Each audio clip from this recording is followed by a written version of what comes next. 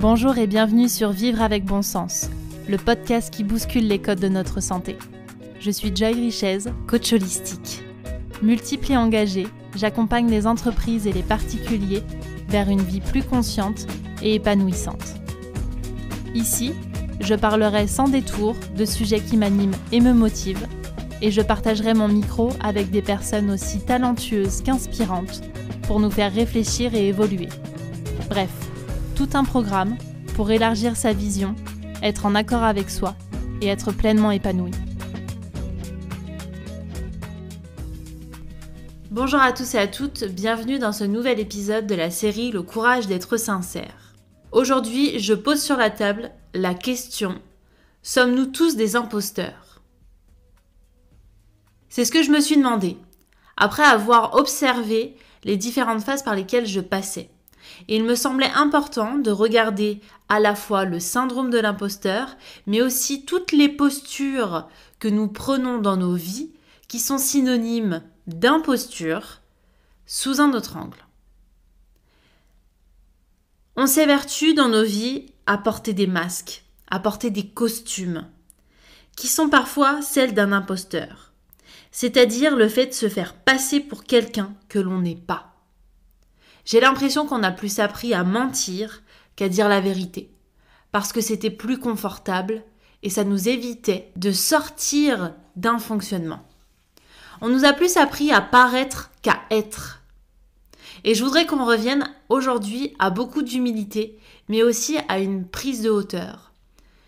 Je voudrais qu'on observe tous nos costumes, toutes nos postures d'imposteurs sous un angle nouveau. Alors je vous emmène avec moi à la découverte de cette réflexion pour vous amener vous aussi à vous délester de ce qui ne vous appartient plus et surtout des costumes qui n'ont plus lieu d'être. Depuis quelques années, on évoque beaucoup le syndrome de l'imposteur dans le domaine professionnel. Je crois que ce syndrome s'adapte à tous les pans de nos vies, qu'ils soient personnels, professionnels ou relationnels. Ce syndrome, c'est en fait ce sentiment qu'on auto-entretient à l'intérieur de nous qui vient nous rappeler que l'on manque de légitimité ou qu'on n'a pas du tout de légitimité pour pouvoir faire ou pour pouvoir être. Mais c'est aussi un syndrome qui nous dit qu'on ne mérite pas. On ne mérite pas le succès, on ne mérite pas la réussite, on ne mérite pas l'amour. Et ce syndrome, il nous laisse sous-entendre que l'on n'est pas suffisamment capable pour pouvoir être la personne qu'on a envie d'être ou pour pouvoir réaliser ce qui nous fait vraiment envie. Je crois qu'on entretient cette posture. Je crois qu'on entretient ce syndrome de façon inconsciente, de par la société dans laquelle on est, mais aussi de par les relations que l'on a au quotidien. Je ne sais pas pour vous, mais je me suis rendu compte qu'à de nombreuses reprises, je m'étais sentie trop. Vous savez, trop direct, trop utopiste, trop sensible, trop grande gueule, trop confiante, trop déconnectée, trop gentille, trop naïve ou trop rebelle. Comme si pour certaines personnes ou dans certains contextes, j'étais trop. Et puis j'ai remarqué qu'à certains moments, je n'étais pas assez. Pas assez compétente, pas assez expérimentée, pas assez séduisante, pas assez intelligente, pas assez présente, pas assez intéressante, pas assez aimée ou pas assez aimante. Toutes ces petites voix dans ma tête qui m'indiquent que je suis à la fois trop et pas assez, est-ce qu'elles ont raison? Toutes ces personnes qui me renvoient cette image de suffisance ou d'insuffisance, est-ce qu'elles ont raison? Je n'ai pas la réponse à ça. En tout cas, je sais que je m'accroche personnellement à des rôles, à des postures, pour éviter de me sentir rejetée, de me sentir jugée, pour même parfois attirer l'attention, pour rester dans un certain connu et surtout ne pas faire face à un changement. Je me souviens quand j'étais plus jeune et qu'on me disait que j'étais trop grande gueule. Qu'est-ce qui dérangeait derrière ça? Je disais tout haut ce que les autres pensaient tout bas. Mais quand on est une enfant, on n'a pas le droit de le dire à haute voix. Et quand on est une adulte, on n'a pas le droit de mettre les vérités sur la table. Parce que cette vérité, elle peut faire des vagues, elle peut créer des conflits, voire même des ruptures. Elle peut faire sortir certaines personnes de leur déni. Et aujourd'hui, la sincérité s'est associée à un acte de faiblesse dans certains contextes. Nous sommes tous des imposteurs. Nous préférons tous cacher nos parts d'ombre plutôt que de les mettre sur la table et en faire des forces. Alors à quel moment on peut pleinement être sincère? À quel moment ça ne dérange pas? Et à quel moment on peut arrêter d'être cet imposteur? Je me souviens aussi, lorsque j'étais plus jeune, qu'à certains moments, je n'étais pas assez. Par exemple, dans mes entretiens d'embauche, je n'étais pas suffisamment compétente, je n'étais pas suffisamment expérimentée. Ou encore, avec mes parents, je n'étais pas assez à l'écoute, je n'étais pas assez docile, je n'étais pas assez travailleuse. Comment voulez-vous grandir sans imposture si on ne fait que naviguer entre le trop et le pas assez? Ma première réponse, c'est déjà en déconstruisant tout ce que nous propose la société. Car nos impostures, elles découlent de nos croyances. Elles découlent des perceptions que l'on a de nous-mêmes. Et du fait que l'on redoute que ce que nous sommes ne plaise pas aux autres. Et que ça conduise à un désamour ou au fait de ne pas pouvoir réaliser ce qui nous tient pleinement à cœur. On préfère se cacher. On préfère masquer qui l'on est par peur de décevoir, par peur de ne plus recevoir d'amour, par peur d'être rejeté, par peur de ne pas réussir. Mais si on inversait la tendance, qu'est-ce qui se passerait?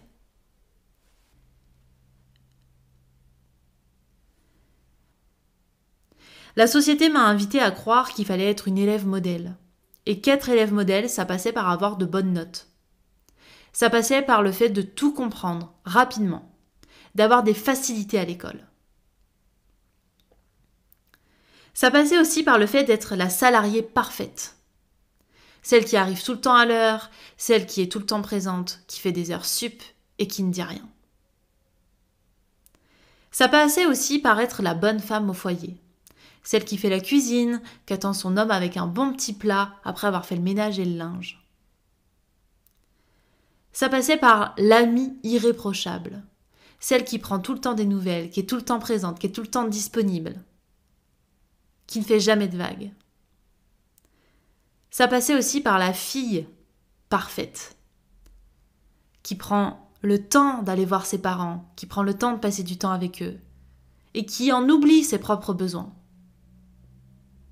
En fait, toutes mes impostures, elles découlent de mes croyances.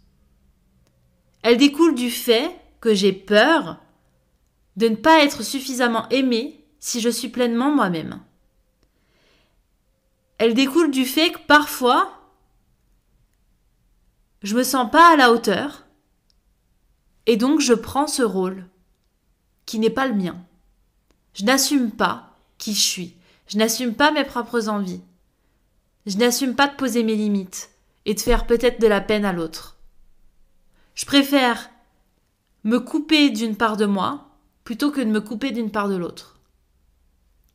Et ça, aujourd'hui, ça ne me convient plus. Ce que je me suis raconté inconsciemment pendant des années, c'est que ces rôles, ces impostures que l'on endossait, c'était quelque chose de négatif.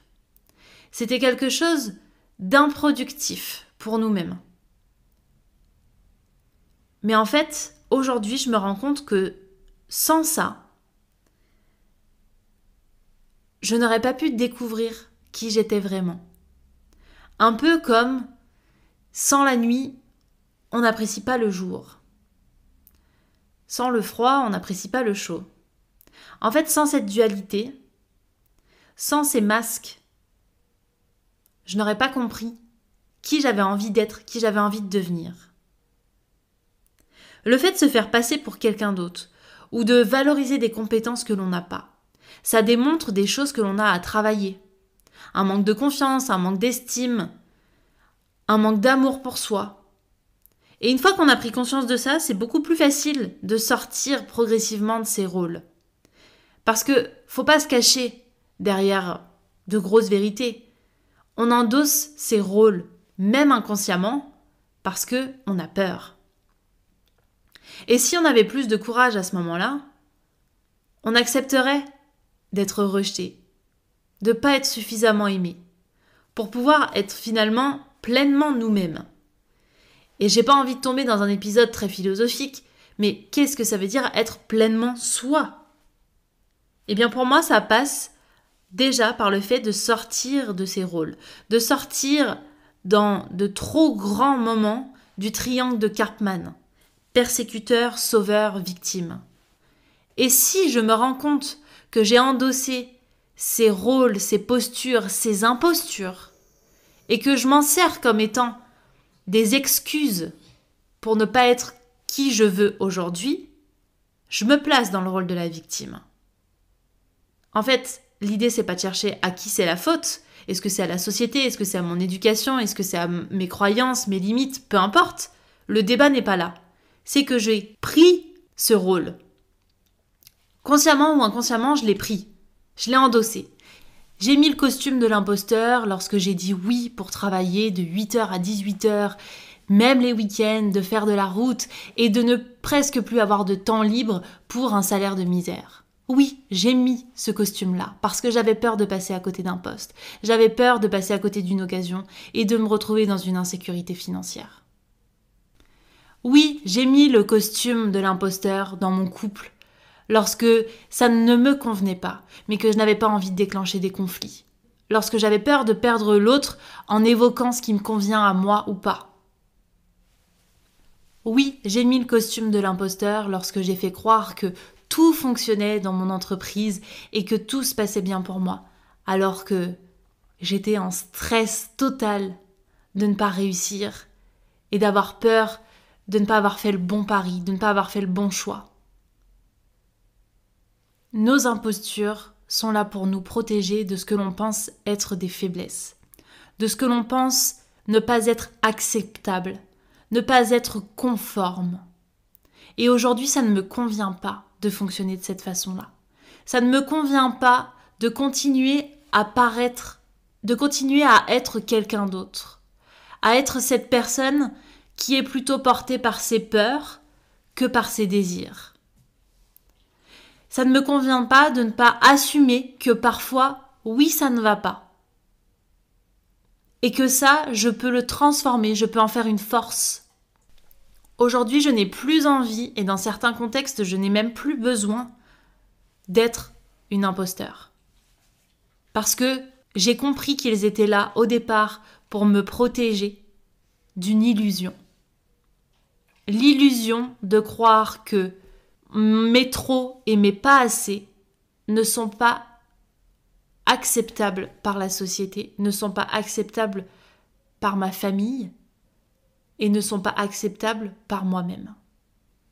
En fait, je me suis détachée de cette imposture de la fille qui a honte de ne pas savoir ou de ne pas bien faire pour pouvoir finalement accepter de ne pas être parfaite. Est-ce que vous vous rendez compte de ces mécanismes que l'on met en place ? Et je les expose ici, non pas pour porter un jugement, mais juste pour qu'on se rende compte que chacun, on endosse des costumes, des rôles, des masques pour paraître. Parce qu'en tout cas, pour moi, c'est plus facile de paraître plutôt qu'être. Être, ça demande du courage.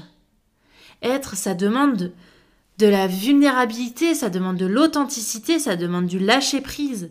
Ça demande de lâcher avec ce contrôle permanent. Ça demande d'accepter de voir dans le regard de l'autre de la peine de par notre comportement. Ça demande d'accepter de voir dans les yeux de l'autre de la déception. de par nos choix, de par qui nous sommes. Mais ça demande aussi et surtout du courage de voir dans nos propres yeux de la fierté. Et c'est vraiment là-dessus que j'ai envie d'attirer notre attention aujourd'hui. Si on continue de croire que nous ne sommes pas légitimes, que nous ne sommes pas méritants, nous continuerons à faire des choix pour les autres et pas pour nous, par peur de. À partir du moment où on a compris qu'on méritait tout l'amour, tout le bonheur et toute la réussite et toute la santé du monde, on change de vision. On accepte d'être un imposteur parce que l'imposteur, il vient juste mettre en lumière qui on a envie d'être pleinement. Alors pour moi, l'antidote pour pouvoir sortir de ces diverses impostures, c'est déjà de se relier à ce qu'on aime profondément. Et se relier à ce qu'on aime, c'est aussi se relier à qui l'on est, fondamentalement. C'est aller à la rencontre de cet enfant intérieur qui avait au départ cette insouciance et qui, au fur et à mesure, a mis des costumes, à qui on a dit « Non, mais là, il va falloir te taire, là, il va falloir faire bien, là, il va falloir redoubler d'efforts, là, il va falloir... » prouver. En fait, si on revient à la base, à l'essentiel, à ce qu'on aime, à ce qui nous anime, à ce qui nous fait vibrer, on revient à de l'insouciance, on revient à de l'amour pur. Et c'est ce qui nous permet vraiment de prendre la mesure entre les costumes que l'on porte et la pureté de qui nous sommes. Et je crois que dans nos vies, on ne sera jamais sans masque.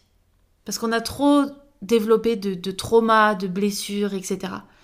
Mais je crois vraiment que l'idée, c'est d'arriver à comprendre que on peut remettre en question nos postures. Et surtout, on peut se poser cette question essentielle.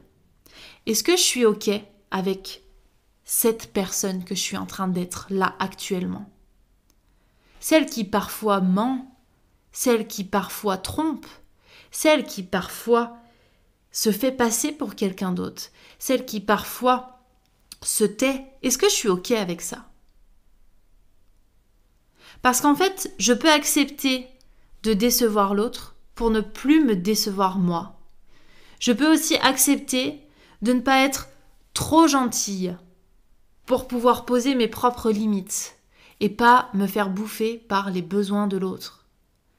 En fait, je reviens à moi, ce qui me convient, et non pas par égoïsme, mais par écoute de qui je suis. Parce que être un imposteur, finalement, c'est faire des choix pour aller dans le sens des autres, mais pas dans son propre sens. Est-ce que nous ne pourrions pas inverser les choses et choisir d'être des imposteurs pour pouvoir faire des choses que l'on ne maîtrise pas encore, pour pouvoir découvrir la personne que l'on a envie de devenir? En fait, nous pouvons décider d'être des imposteurs, non pas pour convenir aux yeux de l'extérieur, mais plutôt pour découvrir qui nous sommes réellement de l'intérieur. Être un imposteur, non pas pour se cacher, mais être un imposteur pour se révéler. Parce que si l'imposture, c'est se faire passer pour quelqu'un que l'on n'est pas, autant prendre le rôle de quelqu'un que l'on a envie d'être pour avoir une vie plus excitante et surmonter nos peurs. Car il y a pour moi l'imposteur qui souhaite répondre aux exigences de l'extérieur par peur, et il y a l'imposteur qui décide d'explorer l'inconnu pour pouvoir répondre à qui il est à l'intérieur. Je vous remercie infiniment pour votre écoute. Si vous avez envie de vous challenger de façon individuelle, n'hésitez pas à me rejoindre sur mon accompagnement Push, cet accélérateur de courage qui vous permet de transformer vos limites en tremplin, ou à vous lancer dans Révolution, mon exploration en ligne, où vous avez accès en toute autonomie à 6 modules qui contiennent des transmissions et des pratiques pour pouvoir transformer votre vie en une aventure palpitante. Que ce soit votre vie personnelle, professionnelle, relationnelle, toutes les thématiques peuvent être abordées. Je vous donne rendez-vous très vite pour la suite sur ce podcast.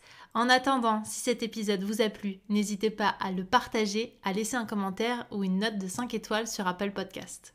Prenez soin de vous.